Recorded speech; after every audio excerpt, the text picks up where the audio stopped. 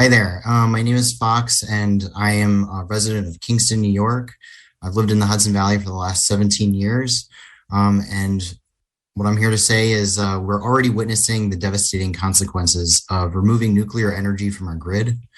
Since the closure of Indian Point Nuclear, New York State has seen an increase in emissions, a rise in energy costs, and devastating economic loss rippling out from the town of Buchanan.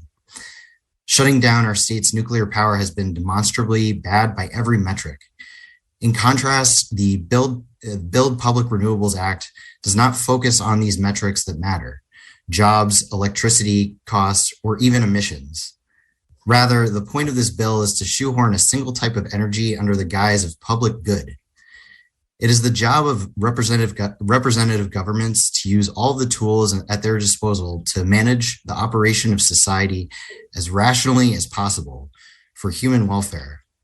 Focusing on a single type of energy, weather-dependent renewable in this case, is irrational and irresponsible. Why would we self-impose artificial limits on how to best manage our energy grid? It's clear who is the beneficiary of this legislation. It's not the working people of New York. The flawed legislation known as the Build Public Renewables Act is not about public good by any metric, but rather was created to enshrine preferential treatment for a specific type of power generation at the expense of all other humane metrics.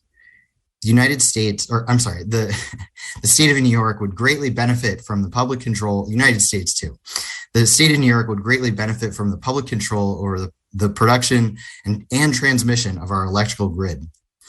Despite its name, this bill does not attempt to do such a thing.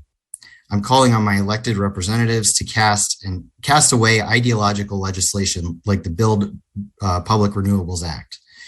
We need rational and sane energy policy that improves the economy and the lives of all New Yorkers.